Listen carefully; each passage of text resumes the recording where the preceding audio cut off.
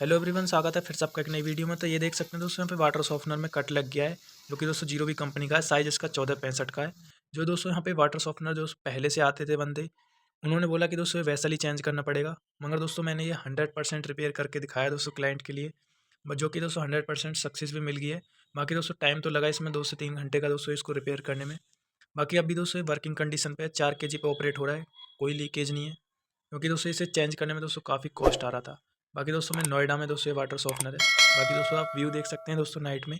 आप कमेंट करके बताना दोस्तों ये कौन सी लोकेशन है।